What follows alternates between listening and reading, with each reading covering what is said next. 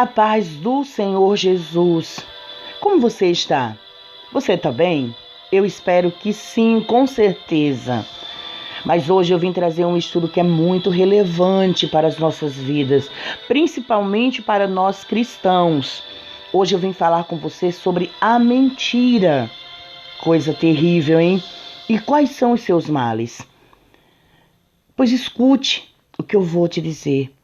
A mentira é um dos piores males do mundo, pois a mentira ela é sedutora, aparentemente mais fácil e cheia de vantagens. No entanto, meus irmãos, ela é com certeza a principal arma do diabo para nos afastar de Deus. Você sabia disso?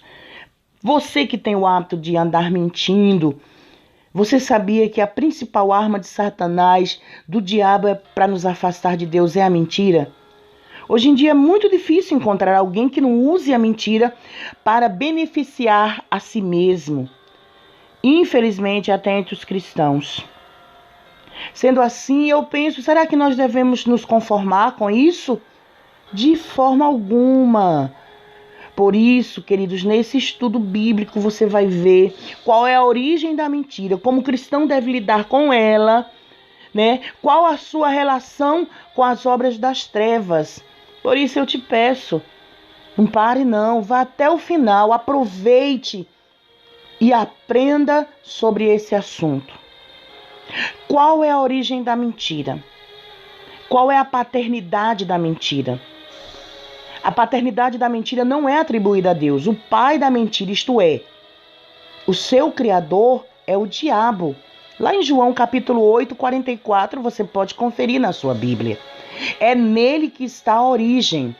Não é em vão que ele tem esse nome, diabo.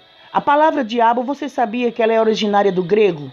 E tem como nome diabolos, que significa caluniador ou acusador. A primeira mentira que Satanás soltou, que ele falou, que ele contou, foi lá no Jardim do Éden, quando ele falava com Eva. Ele induziu o casal ao erro e, consequentemente, à morte e ao pecado a entrar assim sobre a humanidade. O Senhor Jesus afirma que o diabo ele foi homicida desde o princípio e não se apegou à verdade, pois não há verdade nele. Sendo assim, nós podemos entender que mentir é uma forma de assassinato. Quando mentimos, assassinamos a verdade, matamos a verdade. No diabo não há verdade. A única linguagem que ele conhece é a mentira, levando em consideração que o sistema de vida do mundo, né, está sob o seu domínio. Então ele se utiliza de diversos elementos para mentir à humanidade. São formas de conduzi-la ao erro, assim como ele fez com Adão e Eva. Eu já ouvi alguns cristãos dizer, principalmente os cristãos estudiosos, a Bíblia é a mãe de todas as heresias. Essa é uma afirmação que tem um erro tremendo, irmãos, tremendo, um erro grandioso. Lá em 1 João, no capítulo 2, no versículo 21, o apóstolo João diz que nenhuma mentira procede da verdade. A Bíblia é a verdade, é a palavra santa de Deus, embora Satanás a utilize frequentemente para criar ou embasar os seus enganos. A fonte não é a Bíblia, é ele mesmo, é o próprio demônio. Vamos falar agora sobre o cristão e a mentira. Agora, né, que nós já sabemos qual é a origem da mentira, nós vamos analisar a forma como o cristão deve lidar com ela. A igreja de Éfeso, o apóstolo Paulo, ele diz que cada um, lá em Efésios, capítulo 4, 25, ele diz que cada um deve abandonar a mentira e falar a verdade. Então não podemos mentir. Somos testemunhas de Jesus, que é a expressão da luz e da verdade. Como é que um crente, como é que alguém que um dia aceitou Jesus, que um dia ergueu sua mão, se é que ergueu, se é que confessou, Porque tá tão banalizada essa coisa, né, de aceitar Jesus, essa verdade que tem que ser feita, que é tanta gente, né, que você fica, meu Deus, realmente quem é e quem não é. E é mediante as atitudes dessas pessoas que então nós conhecemos e sabemos quem é e quem não é. Porque o que eu conheço de crente que gosta de mentir, o que eu conheço de pastor mentiroso, de pastora mentirosa, de missionário mentiroso, missionário dizer que é missionário sem ter recebido a unção. Chega na igreja, missionário fulano, missionária cicrana, e a unção de missionário tá mentindo. Tá mentindo. Porque missionário, qual é a missão que você faz? Então, o que você vê de pessoas pregando uma coisa e vivendo outra, mas é para cumprimento da palavra de Deus. Mas nós que somos cristãos, nós que precisamos de Cristo, nós que vivemos essa palavra, temos que ter muito cuidado com a mentira. Às vezes você não quer ir para o culto e inventa, eu estou sentindo isso, eu estou com isso, eu não vou porque eu vou resolver isso. Eu vejo isso há muitos anos nas pessoas. É muito melhor você falar a verdade. Eu não quero ir porque eu não estou com vontade. A pessoa bateu alguém na minha porta, você diz para um filho, para alguém, fala que eu não quero ver essa pessoa. Vai melhor você chegar lá, abrir o portão, eu não quero te ver, estou te devendo, mas não tenho dinheiro, no dia que eu tiver eu te pago. Essas coisas vão minando a nossa fé, a nossa comunhão com Deus. Temos que estar juntos de Deus, temos que, aleluia, buscar, não mentir, atender as pessoas, atender a ligação, né? Porque se o telefone está tocando, você está vendo, por que você não atende? Para dizer que não está é mentira, porque você está vendo. Então isso é mentira. Para com isso. Viu? Para com isso. Nós fomos chamados para ser luz do mundo e sal da terra. Nós somos o corpo de Cristo, a igreja. Qualquer cristão que seja depende de Cristo. Depende de uma vida de comunhão com Cristo. Qualquer cristão que seja dependente ou praticante do engano precisa nascer de novo. Tem pessoas que é dependente da mentira. Lá em Apocalipse, a Bíblia está escrito que tem crente que ama. Tem crente que comete mentira, mas tem crente que ama a mentira. Viu? Tem crente que ama mentir. Tem uma facilidade, uma língua solta, parece que comeu o quiabo, e de repente está mentindo e sorrindo, e sabe aquele olharzinho baixo. Não engana quem é espiritual, não. Só engana quem é carnal. Igual a você.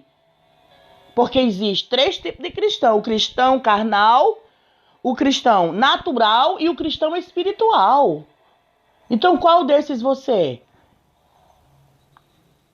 Dentre tantas coisas, nós temos que ter a consciência que precisamos de um renovo, né? Você que pratica essas coisas precisa nascer de novo. Quando o apóstolo João, ele viu os céus abertos lá na ilha de Patmos, o anjo lhe mostrou os santos que haviam morrido e que agora estavam diante de Deus. Dentre tantas, mas tantas coisas, eles tinham algo em comum. Apocalipse 14:5, leia. Mentira nenhuma foi encontrada em suas bocas, são imaculados. Não precisamos mentir para resolver nossos assuntos. Precisamos falar a verdade. Sempre a verdade, pois somos filhos da verdade. A mentira e o anticristo tem tudo a ver com ele. O espírito do anticristo, ele opera principalmente por meio da mentira e do engano. Leia aí 2 Tessalonicenses, note, meu irmão, leia. No capítulo 2, o que está dizendo? O seu grande objetivo é desviar a humanidade das palavras de Deus, da Bíblia Sagrada, da verdade. Assim como ele fez com Adão e Eva. Ele procura desvirtuar, manipular e trapacear o que Deus nos diz. O Senhor disse a Adão que não comesse o fruto da árvore do conhecimento do bem e do mal. Mas a serpente maligna, ela distorceu as palavras e disse a Eva que eles não morreriam, mas eles seriam conhecedores do bem e do mal, né? E assim seriam como Deus. Então a proposta do diabo nos nossos dias é a mesma: pegar aquilo que Deus diz através da sua palavra e dizer, não é bem assim. E falar que não é desta forma. Bendito seja o nome do Cordeiro. E com isso, ele procurar enganar, ele procurar distorcer aquilo que Deus fala para nós, aquilo que Deus, aleluia, tem para as nossas vidas. É dessa maneira que se manifesta o espírito do anticristo. Como o próprio nome diz, ele é contrário a Cristo, anticristo. No entanto, essa manifestação de engano que se dá por meio de imagens, né? Que se dá por meio de imagens de escultura que curam, que faz operações e maravilhas feitas por médios, bruxarias e etc. Elas são, na verdade, a permissão de Deus. É isso. Mas por que Deus permite?